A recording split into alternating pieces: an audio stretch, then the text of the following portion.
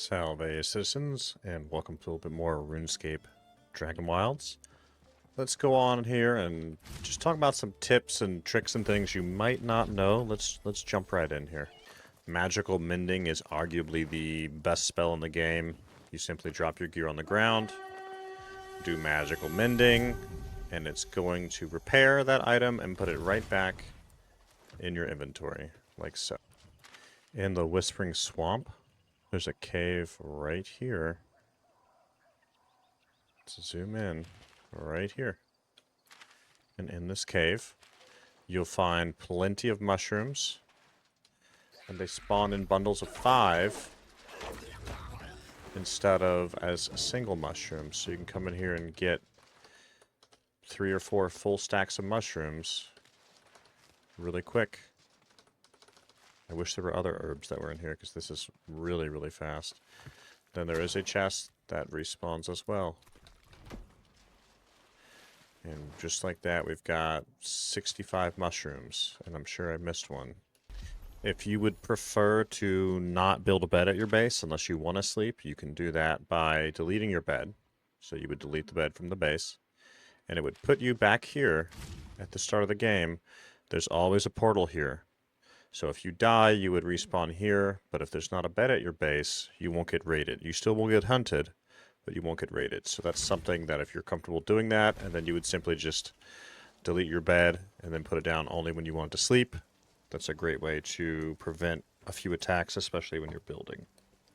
Kind of touching on the same generalized tip again, if your character is overweight and you cannot move or can't move fast enough and you've just been farming a long time, you just press escape and press X to get unstuck.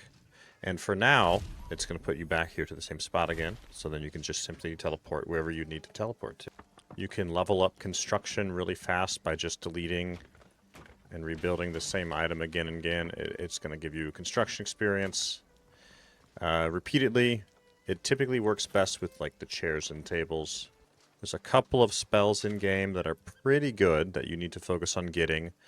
Rune crafting, so you just simply craft runes at that rune station. It's going to give you that wind step very, very early on in the game. Your first crafting session there should give you wind step, and wind step is going to be used to jump different places that you can't reach. It adds, in essence, a 4th dimension to your playstyle. Make sure you're always looking up in dungeons and other places for spots to jump to. There's your personal chest, which you get at level 40 construction.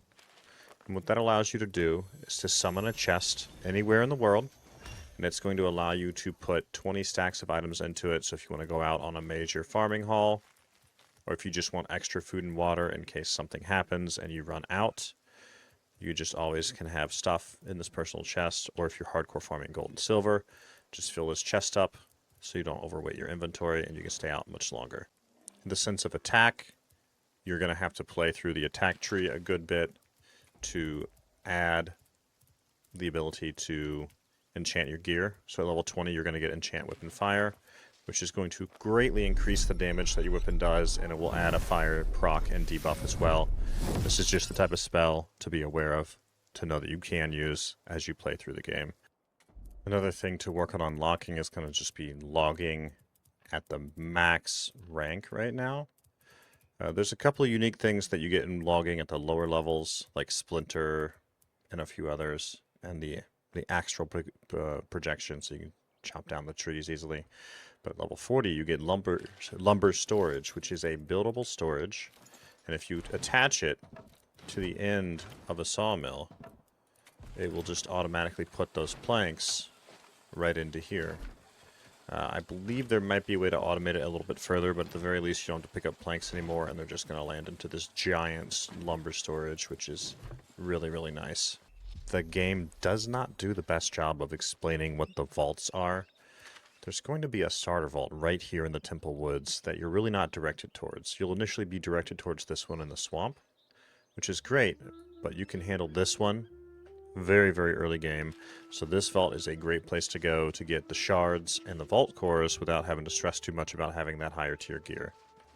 Make sure that you're building your base in the vicinity of some water, because you still have to go over to that water and collect it. And then you would take that water back to your base and turn it into clean water. So make sure that your base is built near a spot where that's relatively easy to accomplish.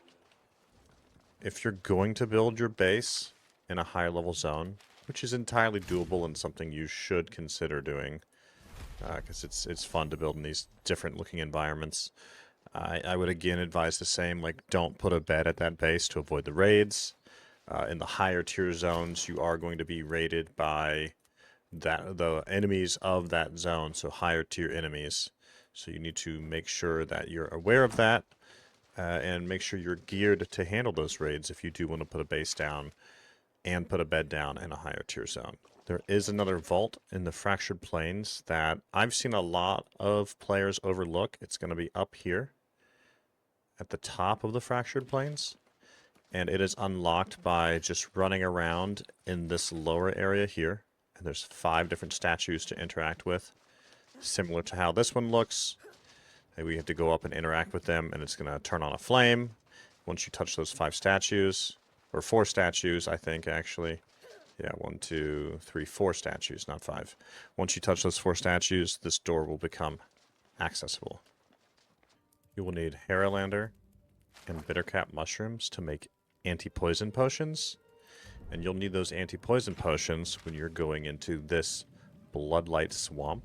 It has a constant poison damage tick, and you need to always keep the potions on. So again, that's Haralander, as well as Bittercap mushroom.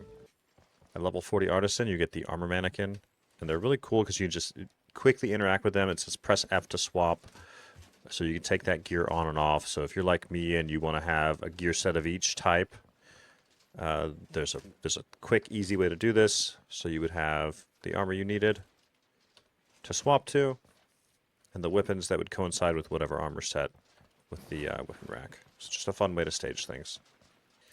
If you're not sure how to get that next weapon upgrade, simply just go out and fight goblins. Eventually one of those goblins is going to drop a recipe called the Goblin Swing Slash, and that's going to substantially increase damage and give you a really nice weapon pretty early in the game, and it's very easy to build. I preferred the Swing Slash to the initial Bone Club that we had because it just was a little bit faster on the swing and it hit a little bit harder. If you're not getting a lot of gear unlocks early on in the game, make sure you are interacting with all the different stations that there are to use. Make sure you're using the tannery. Make sure you're interacting with the spinning wheel and putting things into the spinning wheel to further unlock items, which will then in turn unlock at the crafting table to start with, easier to make and use gear. There's a lot of decoration items that take a few steps to make, the largest of which is going to be anything that requires the clay. You're going to have to interact with that clay at the pottery wheel and make the unfired clay decorations. And then you're going to have to take those over to the kiln and fire them in the kiln. And you would then get fired clay decorations, or just clay decorations in essence. They've been processed. And then you would be able to come back through and make that bowl of peaches, or the stack of bowls, or the bowl of onions. But you have to go through all the steps to get those clay decorations done. Alright, citizens, and that is that. Those are some top tips that I want to share with y'all. As we think up more, we will do another part 2 of this. Y'all take care and enjoy.